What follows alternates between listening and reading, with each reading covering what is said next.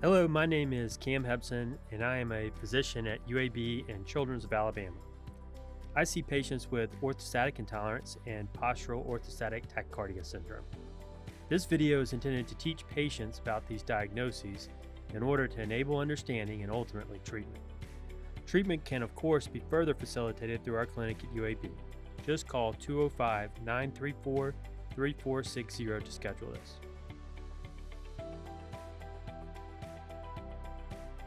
Some patients also have vasovagal syncope. An easy way to explain this is that there's a threshold we have beyond which the brain recognizes the amount of adrenaline we are making and eventually thinks blood pressure is high, even though often it is not. This causes a reflex, a vasovagal reflex, whereby the brain sends a signal via the vagus nerve back down to the heart. This signal causes the heart rate to drop, and then the blood pressure drops, and no perfusion to the brain is occurring. Now everything turns off. The patient loses consciousness and falls to the ground. The good news is that the patient will wake back up, because now gravity can't push blood away from the head anymore. Brain perfusion is restored and consciousness regained. Of course, the patient can feel terrible after passing out and can hit their head while falling, so we want to avoid this. Given that description, the good news is that there are no problems with organs or the body itself. The brain, heart, lungs, GI tract, and so forth are typically normal. So, the expectation then is that there is no limit on how well a patient can do once all of these organs are given the ingredients they want. This is the expectation for you as well.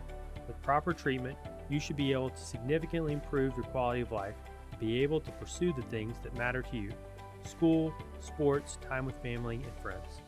One more thing patients often ask: why is this happening to me? What is the cause? Many times we don't know. Patients often have some predisposition, like having hypermobility as highlighted before. Being a teenager in and of itself is a setup, as metabolic needs are high, with the cost being constant depletion of a teen's fluid and salt levels in the body, and thus an easier time being low on volume status, enough for the brain to notice it. Finally, many families can point toward a seemingly inciting event, like an illness, a concussion, a surgery, or even a vaccine. We do not think any of these events in and of themselves cause orthostatic intolerance. Instead, they can be a push by making one less active or revving up the immune system, and thus uncovering symptoms in a teenager who likely had a predisposition all along.